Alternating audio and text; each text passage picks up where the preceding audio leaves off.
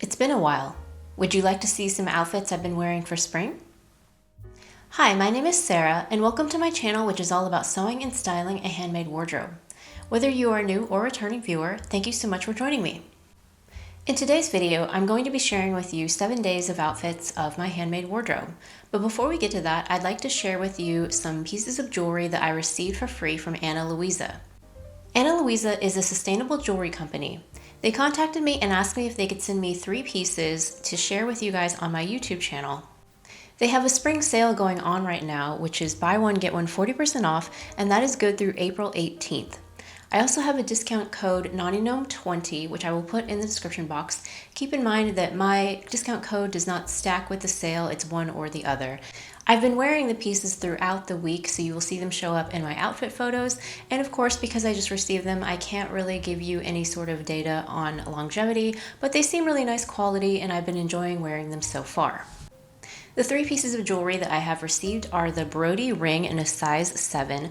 This is a mixed metal ring in a signet style, and I've really enjoyed wearing this because the mixed metal trend is really going strong right now, and I do find that when you have pieces of jewelry that have both gold and silver, it makes it a little bit easier to mix and match your pieces. It kind of ties them together if you do want to do mixed metals. The second piece that I received is the Elise silver earrings.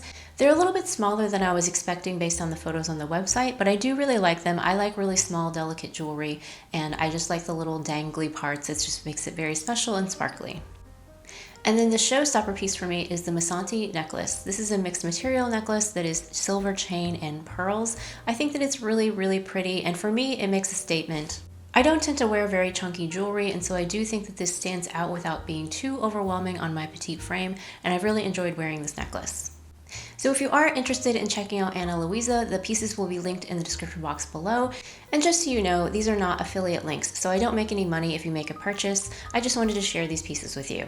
Now let's get to the outfits. Now I wish that I could have produced a better week for you, but there were a couple things going on in my life. First of all, I have been sick. I've had the flu for a couple of weeks and I'm feeling much better now, but definitely at the beginning of the week, I really did not care what I looked like, and it was a miracle that I even got up and got dressed at all.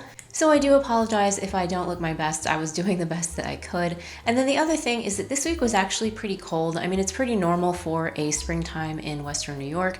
It does still get pretty cold here, but I was hoping that it would be warmer so I could show some of the newer pieces that I've been making. But in the end, this video series of showing my handmade outfits is about what I'm actually wearing in real life and real life circumstances.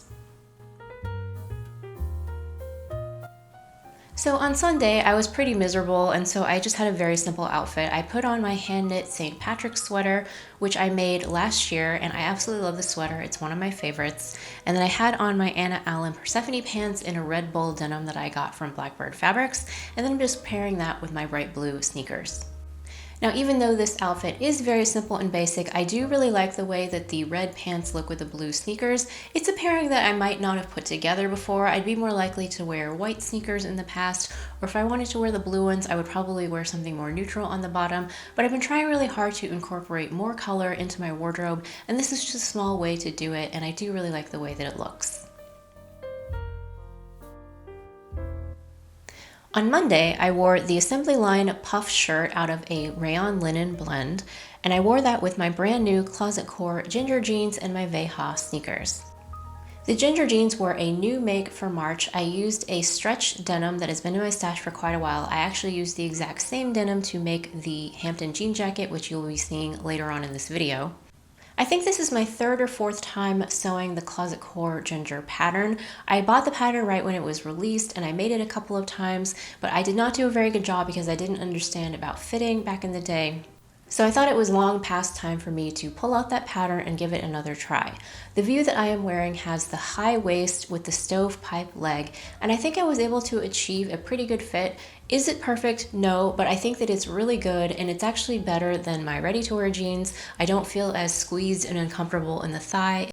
They fit very comfortably in that area and over my calves as well, and I think that probably this ginger jeans pattern is going to be my go-to for a stretch jean pattern because I really like the way that the fly is constructed. I've made the Ash jeans by Megan Nielsen before, and I don't really like the zipper construction on the Ash because there's a tendency for the zipper to kind of peek out, and it's not just just me. I've seen lots and lots of photos on Instagram that a lot of people have this problem, and that problem doesn't really exist with the ginger. So for that reason alone, I think I would go with the ginger in the future.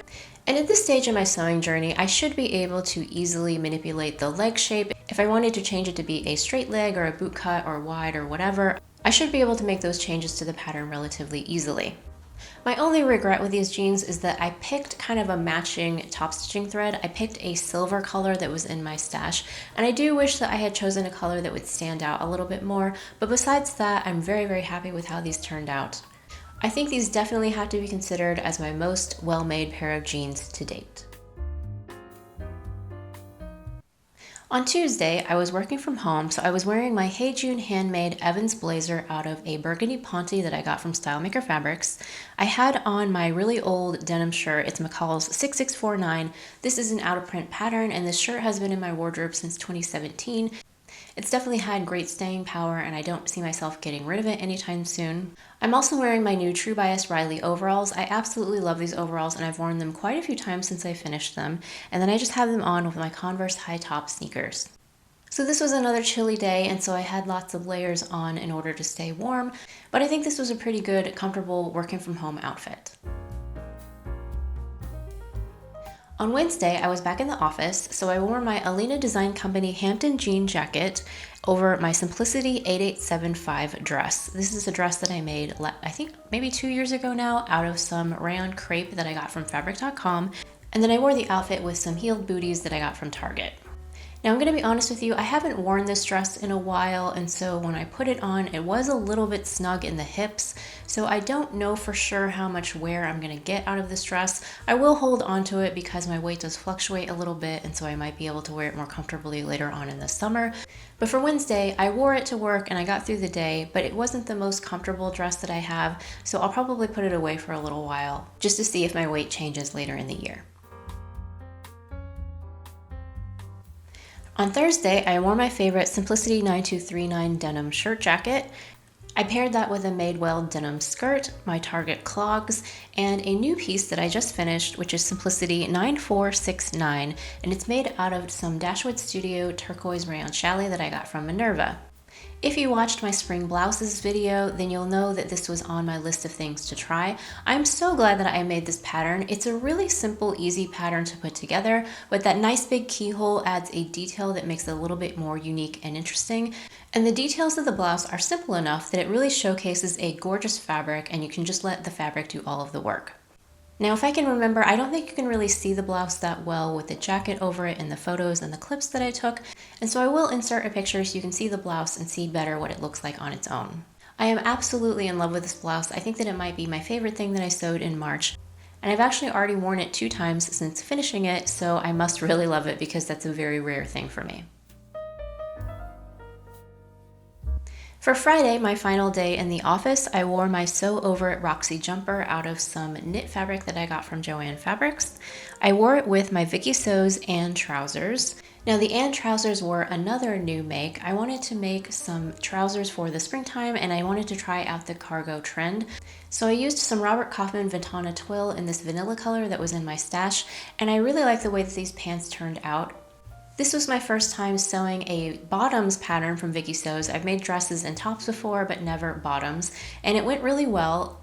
Because the patterns are single size, I did have to request the size for my hips, and then I had to do the manual grading up at the waist so that it would fit me, but that really actually wasn't too hard. I had to add about 1 inch to the waistline, and I think I actually got a pretty good fit. These are very high-waisted, they're tapered at the bottom, and they're held in place with these tabs, and I really like that detail. I think that it's super unique and interesting. When I was a little kid growing up, the jeans that were in style were the kind that had the zippers on the ankles, and I could never wear those jeans or any kind of pants that had detailing at the ankle because I was so short that I would always have to end up hemming it, and that would cut off the detail. So I really enjoy being able to sew my own clothes because I can make those adjustments and make them fit me. So all of those design details that were once off limits to me because I was so short, I can have them now. So complete honesty time, I am having a little bit of a hard time styling these pants. I don't know that this Roxy jumper is really the best fit for it. I do think that it would probably look better with shorter sleeve tops or sleeveless tops, something that I will wear more when it gets warmer. But I did kind of have to go with what the weather conditions gave me, and I think that it worked out okay in the end. And finally, on Saturday, I was wearing my Helen's Closet Cameron shirt. I had a hand knit striped vest over the top, and then I wore that with my Closet Core Morgan jeans and my Veja sneakers. Now, I have not been wearing my Cameron button up as much recently, I think because my shoulders and my back have gotten a little bit bigger, so it's a little bit tight now across the top, but it's not too bad. I do still wear it, but I should really think about possibly making a replacement shirt because I do wear white button-up shirts quite a bit. The weather conditions were actually perfect for layering it with a hand knit vest. I think springtime is the best time to wear something like this vest because you keep your core warm, but you have your arms free when it's not super cold. I don't need like a full sleeved sweater or cardigan. And then my Closet Core Morgan jeans are my most worn pair of jeans. I think I said in my original review video that they were too tight in the waist, and they aren't the most comfortable, but they have stretched out a little bit where I can wear them throughout the day and not feel too restricted. And so because they are such a basic fit and color, I do tend to wear them quite a lot, usually at least once a week. If you enjoyed this video and you want some more ideas on what to make for spring, watch this one next.